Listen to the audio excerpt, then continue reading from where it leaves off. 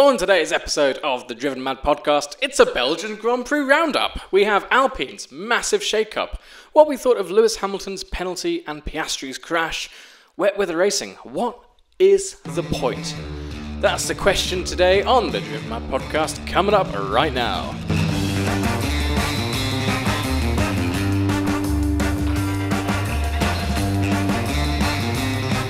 Hello and welcome to this episode of the Driven Mad podcast, proudly in partnership with Sports Illustrated. My name's Alex Harrington, and to my left I have the Lydia Me. Hello, and if you like what we're saying, please do give us a follow on social media. So you are at Alex Does F1. Sometimes. I'm at Lydia Me F1, and while you're there, give F1F all a follow for all the latest updates. Yeah, we're probably going to be changing that line next time, but forgot to do that on the script. You know what? It's just F1 briefings now. Do you want me to just do it again? No, we're just going to f1briefings.com. Go check us out. You can find everything over on there. And before we go any further, make sure you subscribe on your favourite podcast supplier. Spotify, iTunes, Pandora. You can even watch on YouTube. You know, you can watch things on YouTube now. What? It's amazing. Right, Belgian Grand Prix out of 10. Quick one. It was me priming myself for an underwhelming race. Out of 10. 4? I'm going to give it a 5. Can I tell you the reason? Please do. When we were watching it, I was thinking, this is really good. There's actually lots of action. Mm-hmm. There's loads of interesting overtakes on some good corners. And then afterwards, I was summing it up for this podcast as well. Just kind of, what happened during the race? Not a lot. Not a lot actually happened. Once again, it was a Red Bull's in a china shop. They literally destroyed everyone else. And I know we keep saying this, and I know, it's not any different from what it's been before, but it does feel, maybe it's the extra social media coverage that we've got these days, but it does feel like it's dull. Yeah, it's because it's predictable. There were some exciting moments, which is why I feel like it deserved a bit more than the Hungarian Grand Prix. Yeah, I agree. There's some great battles. We had some exciting moments. Alex Albon. Yeah, there was. Proved himself. Yuki Tsunoda, Esteban Ocon did some really good overtaking. Yeah, Alpines were stronger than I expected. I know. Which they needed it. You'd think they'd be pretty low on confidence right now, but we'll get onto that in a minute. They needed that. There were some really good moments. Obviously, Oscar Piastri in the sprint shootout as well was really exciting. But I think when you can always predict what's going to happen, even though we knew Max wasn't going to start from pole, it's just... I'm surprised it took him 17 laps. I was just going to say, I thought it was going to be a 3-4 lap sprint to P1, but no, it took him a little. I felt like he was biding his time. Yeah, he wasn't stressed about it. Yeah, he did it in quite a slow, mature way. He didn't get in anyone's way. He did get in someone's way though. Well, actually, there are a couple. Lewis Hamilton, Oscar Piastri. They all kind of got in each other's way, didn't they? But I think, I think the riding plot for this race was the rain. Yeah. I mean, the people in person watching, well done, people. You absolutely nailed it. Like Martin Brundle said, if you guys weren't there watching and we weren't watching on the TV, then it wouldn't happen at all. Yeah. But I wouldn't have done that. Yeah, Alex. You wouldn't have stuck it out. No, that's why we've got a media room. They were also... happy as well. They were so happy. They were loving there. Although I really there was this one woman who was interviewed, and she was like, "It's been really great up until now, but now it needs to stop."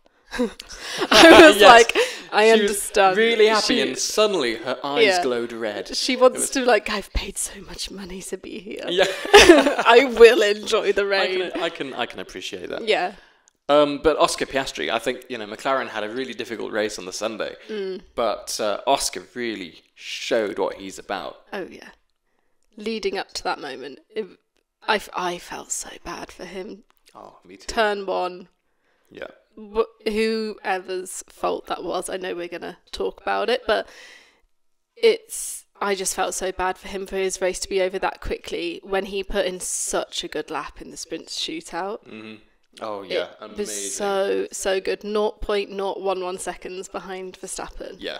And it's crazy, isn't it? Like, I was thinking about this afterwards, and I was watching.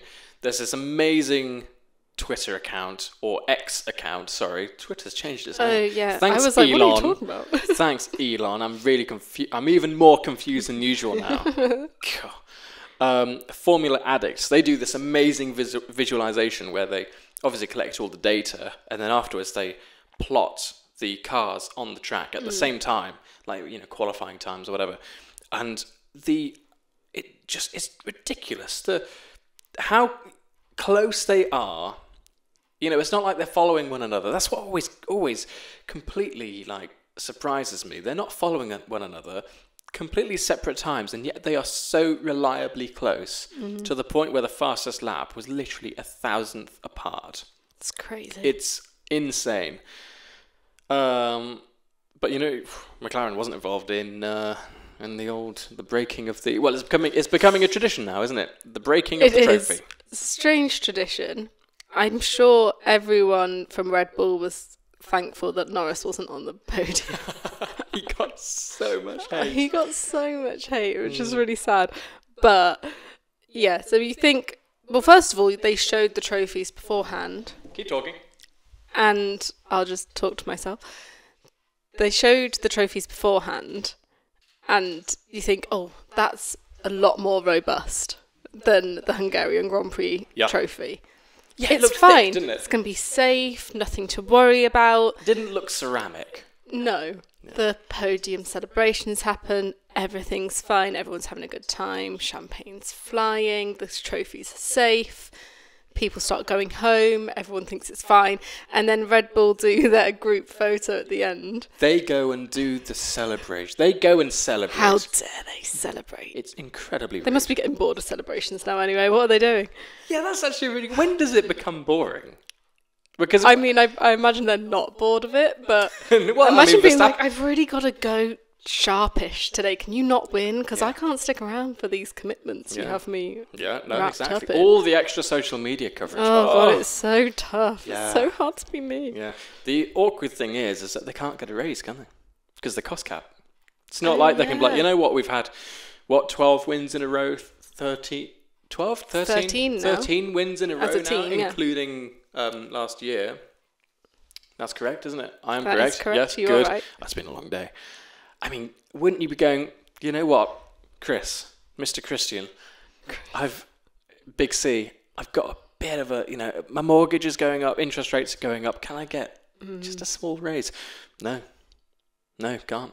We've already gone over with catering, can't do that. Our 5-star catering. Yeah. Difficult. The world of F1 is weirdly, it doesn't feel overly efficient, despite it being one of the most efficient, perfected sports and motorsports in the world. It just feels a bit strange, like they haven't thought about like raises. Yeah. I don't know. Anyway, Alpine, big things are happening, isn't there? Big. Aren't there? Rather. I mean, Friday, that was a big news day for Alpine. I'm not sure if they were planning on making the Pat Fry announcement on the same day. No, I don't think so. But just to recap, obviously now it being after the Belgian Grand Prix, Otmar Safnauer has left. Yeah. Alan... My big teddy bear. I know. It's hit you hard, especially. Bloody love him. I know. He's such what a nice nice guy. Character on the grid. You know what? He was just like...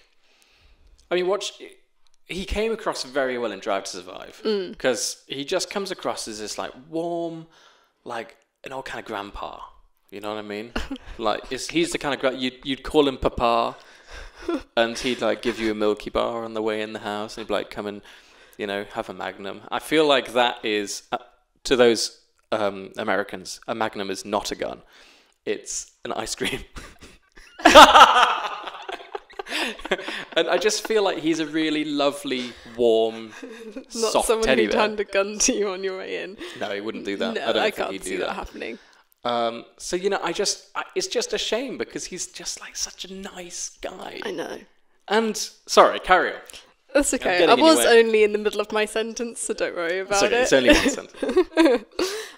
So he'd been with the team about 18 months. He has now left. They say it was mutual agreement. Nah. Things seemed a little frosty, in my opinion. Yeah. Alan Permain has left as well, so the sporting director. He's been with the team for 34 years. He was an Alpine lifer. Well, Renault, Lotus, whatever else, lifer. Yeah. Yeah. So that's huge news. Then on top of that, Pat Fry marching on over to Williams, which is made a good move. Huge for Williams. That, I know we're talking about Alpine, it's all a bit doom and gloom, but for Williams, that is a huge signing. Technical director. Oh, yeah, because they were missing it, weren't they? And they needed that kind of level of management. Because, I mean, James Vowles is just stacking the bricks now, isn't he? Like, he really knows what he's doing. He's been in Mercedes. He knows what a successful team looks like. And he's just replicating that success. Yeah. And thank God he's got a really great driver in Alex Albon. Yeah. Alex is, I believe, a future champion. With the right car, he'd be a future champion. Agreed. Logan's a rookie. We can't. Give him some time. Yeah, we'll see. I can't accurately, respond to what he's doing right now because it's 12th race in an F1 car. It's crazy. Like, whatever. And as a Williams, it's not the fastest car on the grid. But he's replicating that success. Give Williams till 2026. I feel like they could be onto something big. I don't want to wait that long. I agree. But I think it's so exciting what's happening at Williams, so I just don't want to wait that long. Alpine, though, feels like they don't have a plan. It's just a bit shambolic. Yeah, it is. It's a shambles. You're right. It's a shambles. The whole thing, they had this lovely house of cards going. Like, they had a 100, thank you. Here we go. I'm going to enjoy this. They had a 100 race plan that after 100 races, they'd be at the top. And it looked like it was going well. Like, there's always movement. The sport is incredibly volatile. Last year, they came fourth in the constructor standings. They know how to develop a car. That's no secret. So I'm hoping by the end of this season, they will be around there. I mean, it's difficult because so many other teams have made such large jumps. But to then suddenly pull out a load of very kind of pivotal figures from the organisation, they are pulling out these cards from the bottom of the house. And it just feels like the whole thing is going to come tumbling down without that management structure. That metaphor was beautiful. Thank you. I've been reading. How long did that take? Oh, what now? About 7 seconds, I think. I'm just an intelligent person sometimes. I just don't know what... Look, they are saying that they've got a plan. They're thinking globally, which includes the actual car manufacturer itself. And F1 just obviously comes under that umbrella. But I can't see... They had 100 races. Now, from now, I think they've got 150 races. Yeah. I can't see them improving at all. It was amazing. Otmar had this amazing quote, which was in a headline yesterday. You can't get 9 women pregnant and hope you have a baby in a month. And that is, I mean, I was like, Otmar, bloody hell. I've never heard of that saying before. No, but I'm going to... It's an Otmar special. That is an Otmar special, and I loved it. And he's right. He was saying, look, we are making moves. But until he had a number of contracts lined up starting next year, 2025, until those come in, there's not a lot they can do. They have to wait for those things to slot in place. But, big CEO, whatever, they're thinking, oh, there's no real-time improvement. They just pulled the plug. It doesn't give the people that are still there confidence, though. If I was in that company, whatever the role may be, I wouldn't be feeling confident right now in the future of the team. Yep. So surely things are going to have to come out and big announcements shortly just to keep that morale going. Yeah. I would feel, with everything that's happening at AlphaTauri right now, with the moves they're looking to make, next year they're going to take on more of the Red Bull mechanicals. They're going to have more of a partnership with Red Bull as much as the regulations allow. Pierre Gasly must be thinking, have I made the right decision here? Has he? I still think he has. But, I mean, he will probably be a bit shaken after these. I mean, surely the drivers didn't actually find this out on Friday, but since the announcements on Friday, you'd probably be thinking like, Yeah, definitely. Yeah, yeah. I would lose confidence. A little bit with of the team. faith. Yeah. Yeah. And it just feels like there's a lot of disrespect going on. You know, when Prost left the team, the first thing he said was, "There's no respect. There's no respect." And he said something else as well when this happened over the weekend. He said, "I love this team, and I'm saddened and distressed to see it in its current state." That is damning, coming from someone who has so much experience, so much success in F1. That is damning. Yeah.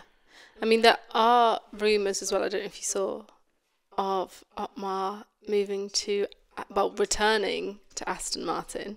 Really? So he was seen going into it's all circumstantial. Let's just preface that slightly. Yeah. But yeah, don't come at us. He was seen going into the Aston Martin guest house. Was this over the weekend? Yeah, after the announcement was made.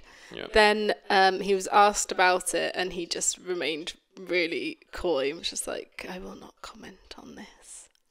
That's interesting, because he probably would have just said no. Well, that's what I think.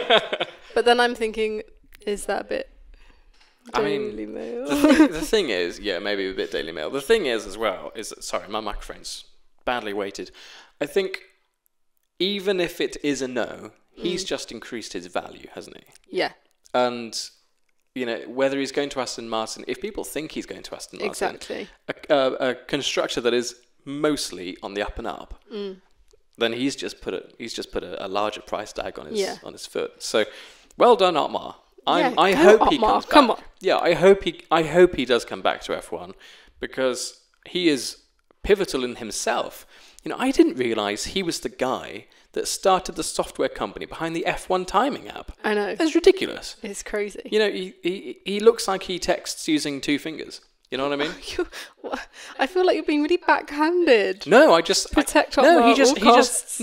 reminds me of like a little grandpa, not a little grandpa, but like a grandpa. He's not that old. No, but that's how old is he? He's not old at all. 32.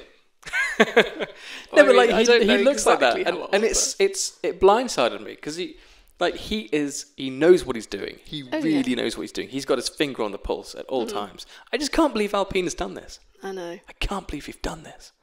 I can't believe. I'm not going to repeat you, but yeah, yeah. A lot of movement within the last 18 months. Our friend Formula Racers, Jaden, what a legend on Twitter. He actually listed out every move that's been made within the last 18 months. Sit down. Bukowski fired. Prost leaves the team. Safnauer joins. Piastri leaves for McLaren. That was amazing, wasn't it? Have you seen the tweets? Oh my god, people have been going crazy on that. Yeah. Just go and have a look. It's brilliant. That Piastri McLaren tweet has just become a meme. Alonso leaves for Aston Martin. Rossi loses CEO title, which was actually a bit of a surprise after he was so aggressively weird early this season. Safnauer is then fired. Permain is fired, and Pat Fry leaves for Williams. It looks like things are just crumbling, and there's so much movement. How can they have any form of steady idea of where they're going? They need to make a huge announcement for team principal, but I can't place who that would be. No, it is going to be Famine, isn't it, for now? He is going to be stand-in, and there are a number of other stand-ins whose names I have forgotten. I should have put them in the notes, but everyone's a stand-in. Yeah, they haven't made a permanent announcement. Yeah, which worries me. Interesting. Yeah, we shall see what happens. They're saying, basically, because of this shake-up, that the shake-up will introduce innovation. It'll introduce development. But nope, I don't think it will. Savage. Sorry, Alpine. I love Alpine. I love the F1 team. I know. I'm distraught. In other news, Hamilton's penalty has been a huge talking point. Really? Has it? I haven't seen people going off all over the place about that. No. Yes. It's almost like it's almost like it's polarizing. With your joke. Yeah, it's almost like it's a polarizing thing. Yeah. It was during the sprint race, wasn't it? And as you know, the Belgian Grand Prix at the lovely, beautiful Spa circuit was a sprint weekend. The sprint race was actually more interesting, I thought, than the actual race, than the Yeah, real that's good. race. Yeah. Sorry, I'm not a fan of the sprint weekends. The But Grand actually Prix. this time, the Grand Prix, the grand prize, the big prize. Let's keep it that way, shall we, everyone? You're on one today. The sprint race, for someone who's actually against it, I thought was amazing. But Lewis and it was Perez, wasn't it? Lewis, Yeah. I'm getting confused with Carlos I know. Sainz and Piastri. They hit each other. Now let's talk about what happened. Hamilton went for the overtake. Yeah. He went up the inside. Perez was on his left, and Perez is obviously going to make it as hard as possible, squeezing him. Hamilton puts his right tyres onto the painted rumble strips. Well, rumble strip is a strip, flat, but painted. They're wet, they're silky, there's no traction whatsoever. And you can see from the onboards that he has to make an adjustment in the steering wheel. Yeah. He understeers, and the car pushes into Sergio Perez. And it puts a hole in his side pod. And because of this hole, he had a 10% reduction in aerodynamic balance, whatever that means. And he had to eventually retire from the race, Yeah. losing him points, and they would have been good points, Yeah. kind of, for a sprint race. Yeah. What was it? Was it a racing incident?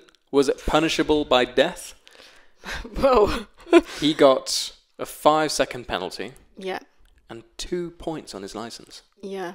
I thought it was harsh, to be honest. I thought it was harsh. Oh, we agree. Yeah, we do agree. No, the thing is, I was reading through everyone's opinion, and that's the thing. Like this stewarding and all of this, it comes down to an opinion, doesn't it? It's a massive grey line, and they're setting a precedent here, because yes, Hamilton went for the gap, which I believe he should have done. This is racing, Yeah, after all. that's racing.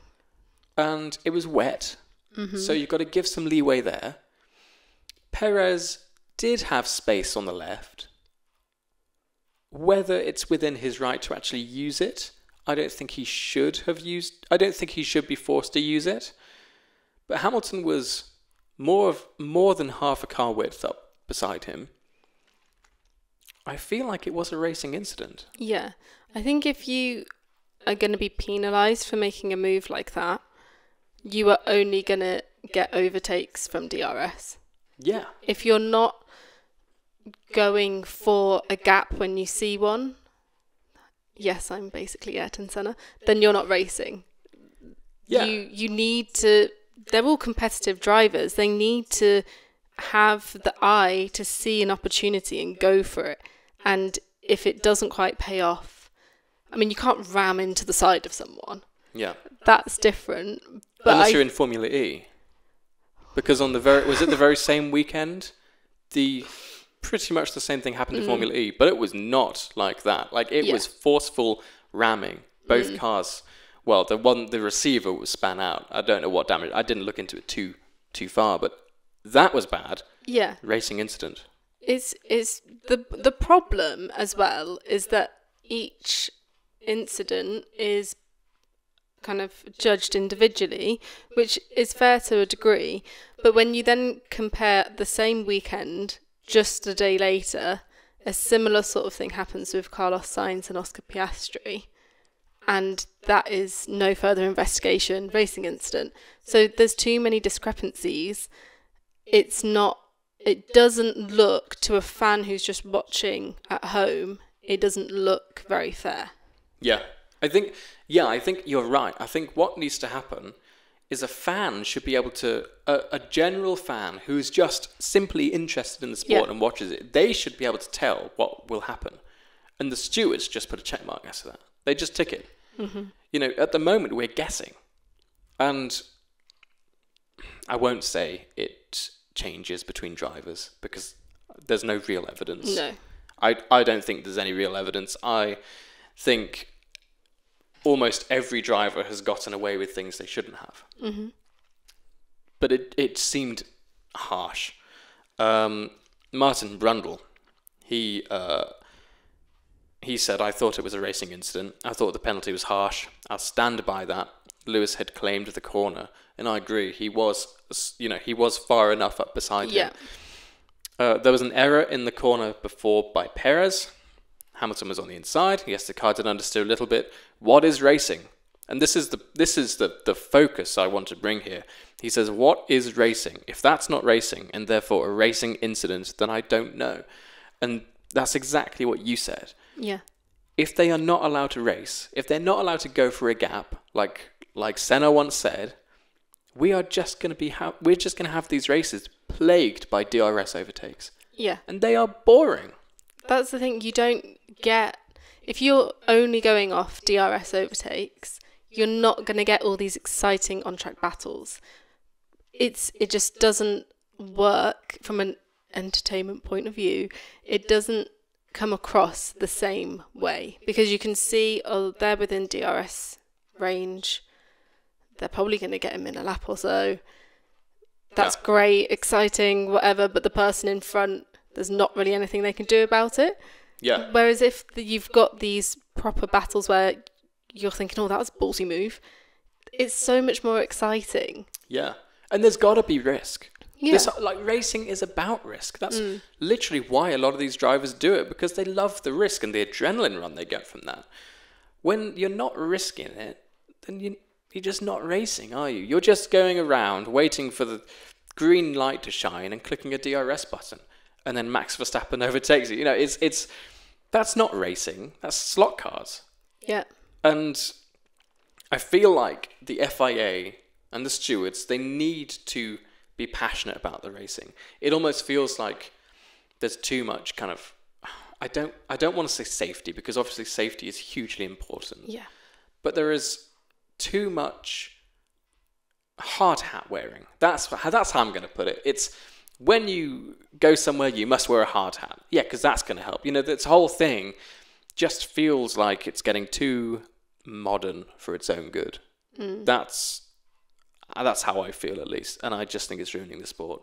And then Piastri, he makes a move up on Carlos Sainz. Yeah. And it goes wrong. Yeah. That is racing. If you make a move and you're ballsy, sometimes it works, sometimes it doesn't. Yeah. And that's exactly what happened. And that was put down as just a racing incident. And both of those drivers had to retire from the race. Who do you think was in the right there?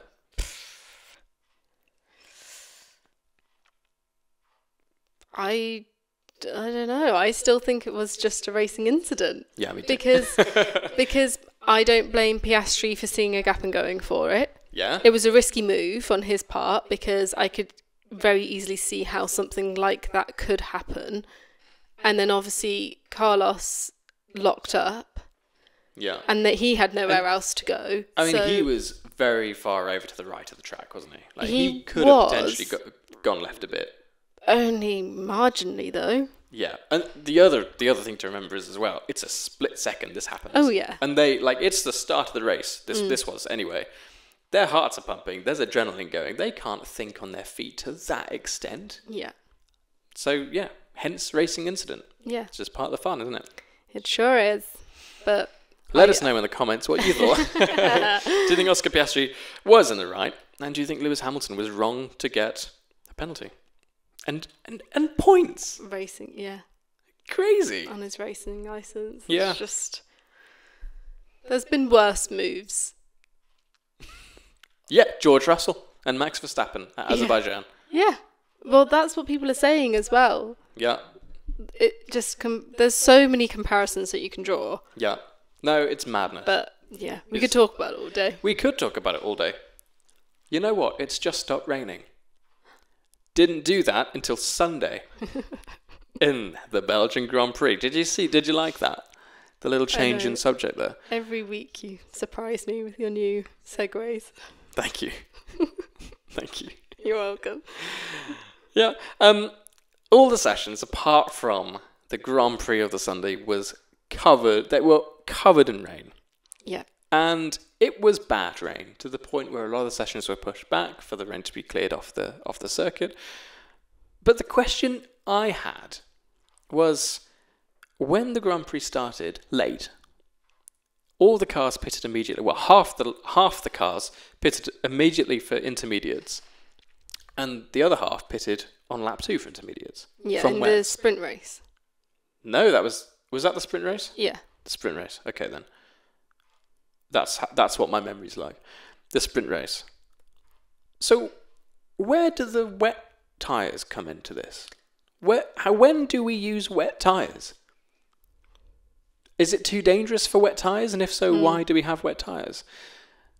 And I was wondering about this because, we've had awful news 2-3 weeks ago.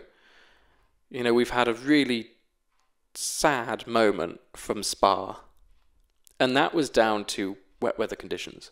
Yeah. Poor visibility. So the question is, wet tyres, do we need them? Is there any point in having them? Because I actually don't think the issue comes from the traction of the track. I don't think the issue comes from the lower levels of traction. I actually think that the issue comes in the visibility. Yeah. The water being spat up from you see these incredible rooster tails at the back of the car. And the F1 tried to do certain things. They were testing basically like massive mud flaps a week or so ago, and the test failed. But I don't know. What thoughts? I don't know. I thought it was interesting how in was it the sprint shootout? Yeah. It was qualifying. Sprint race weekends are really hard to remember. There's so much going on. When Lance Stroll crashed, obviously he went onto those medium tyres a bit too early. What was that about? But that was partly because they wouldn't declare it as a wet session. Yeah, isn't it? Exactly. So they couldn't use the wet tyres. They could so they couldn't go onto softs, which would have been better. Oh yeah, sorry, that's it. What they wanted to do was go from, it was intermediates, wasn't it? They were on intermediates, and they wanted, obviously, because soft tyres are slicks, they have more grip. You'd want to go onto the softs to put in a good qualifying lap. Yeah, but they wouldn't declare it as a wet session. Yeah, because they have to start on hards, then mediums, and then eventually go onto softs. Yeah. In SQ3. But if it was a wet session, they can use whatever tyre they deem necessary. Yes. I got a bit confused there. We got there in the end. It is very confusing. Sprint races are weirdly confusing, yeah. But that in itself, I just think, why would you not declare it as a wet session when it clearly is? Yeah. And my other question for the whole weekend was, Spa is known to be, it has a history of being a wet weather weekend. And a dangerous weekend. And a dangerous one. I just think, why have it as a sprint race weekend? Yeah. It just seems strange. And at that point, obviously I don't know the goings on behind the scenes, but when FP1 was really bad with rain, some of the drivers didn't even bother going out during the whole session and putting a time in. At that point, when they were thinking of maybe cancelling qualifying altogether, why did they not just go to the normal weekend format? And give these drivers and these teams time to practice. Yeah, because they didn't, by the time we got round to Sunday, none of them had done any practice in dry weather. Yeah. So then you had other issues with tyre degradation that they weren't aware of on that fuel track. levels. They didn't know what fuel to put in the car. Yeah. And, McLaren went for a high downforce setup, expecting it to be wet. They had no testing on dry, so they didn't know what they were doing, and it really affected Lando. Yeah.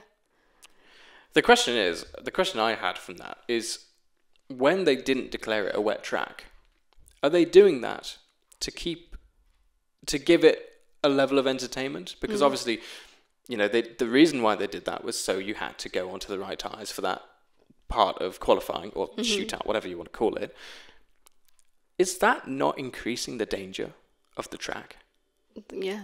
Like, if you're forcing them to go out on mediums when it is a wet track, is that not the FIA saying, actually, we don't care enough about your safety, but we do, or rather, we care less about your safety and more about the entertainment? Is that not a question we should be asking the FIA? Why are they putting entertainment over the driver's safety? Yeah. Because maybe the track was good enough for slicks. What if more drivers went out on slicks and one of them on mediums, because they were forced to go on mediums? What if they crashed? Yeah. Whose fault is that then? It would be the FIA, surely, for forcing them onto slicks that are not good enough for the conditions. And the thing is as well, this comes 2-3 weeks after Delano passed away. Yeah, it's horrific. What are the FIA doing? That's a huge question that people haven't asked yet. It got to me. I don't know. It just seems so mad.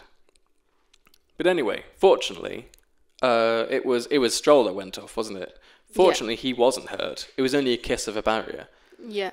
But on a track where they're going 200 plus mile an hour, there's huge changes in elevation, huge movement within the suspension, a lot of danger.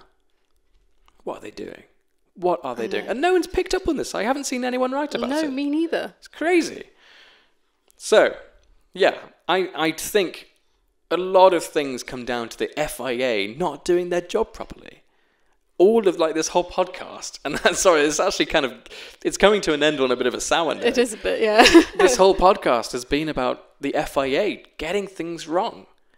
And in a sport where you're driving so quickly and where the danger is high, you can't get things wrong. Anyway, visibility. That is the danger, isn't it? The danger from the wet weather comes from the visibility. The issue that they're finding is that actually, if they put mud flaps on the car, they don't change. It doesn't change much. Yes, there's a bit of spray from the tyres, but actually, the huge amount of the rooster tailing, which pushes is from the diffuser. It's the air coming out of the diffuser, and it's amazing. Actually, you can do this with a spoon. Okay. Hang on. Wait, what? The effect of a diffuser on air, you can see it using a spoon. If you put the spoon at the right angle, if you put the spoon parallel to the water coming out of a tap, right, the water will curve to match the spoon. Okay. And it's a similar kind of theory. Really fun to do. If you've got a spoon and a tap, do it. You won't be disappointed. I've got a boring life. It's not the wheels. It's this rooster tail, this water going into the air. And if you put some sort of flap on the diffuser, then it ruins the airflow, doesn't it? Yeah. What can they do? Is there anything they can do? I don't know. I know for one thing, though. One thing's for sure. Get rid of the wet tyres. There's no point. Well, if they don't use them. Yeah, use a safety car instead, because they love doing that. Just, put a safety car. You can give the wet tyres to the safety car. There we go. There you go. That actually, you know what? Sustainability. Don't carry around wet tyres. Well, that's what when you said that, that's what I was thinking. Obviously, with the qualifying format that we tried in Hungary. Yes, yeah. That's right. That was to reduce the amount of tyres that are brought to each weekend as part of this whole being carbon neutral by 2030. Yep. Why? And this is actually what Hamilton said as well, that he agrees that there need to be less tyres taken, but he didn't necessarily agree with the format. Certain number of each tyre. Yeah. But why are they taking that many wet tyres around? It's crazy. We saw it, was it last year in, it's got that incredible skyscraper with a boat on the top.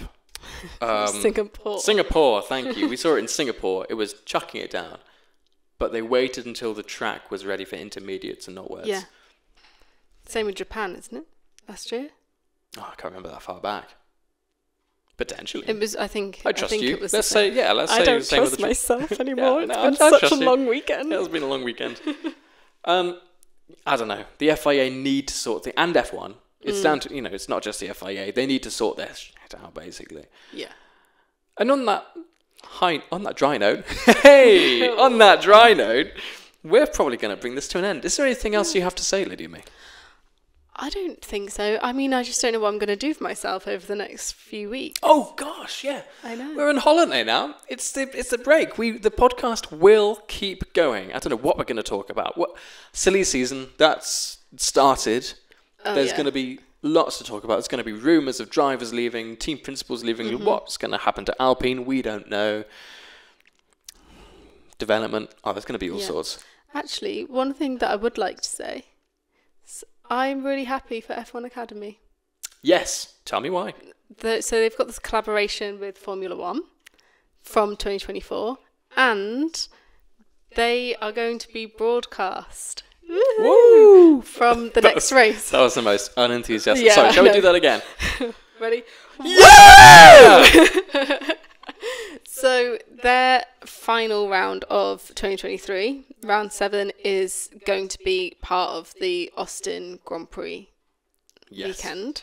So, yeah. The day of Daniel Ricciardo. Oh, and he's back for it. Anyway, this isn't about men. No, it's not. Sorry. No, it's about the women in racing. Yeah. So it will be broadcast. It's not clear at the moment if it's going to be just on F1 TV or if Sky Sports and ESPN will pick it up.